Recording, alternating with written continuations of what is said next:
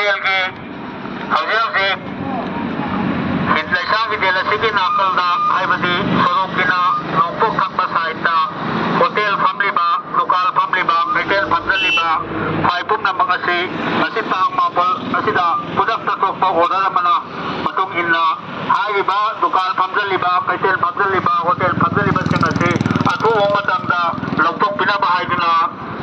District Magistrate Imphal East loy na Ilbong Police ke mai kai dege hanan na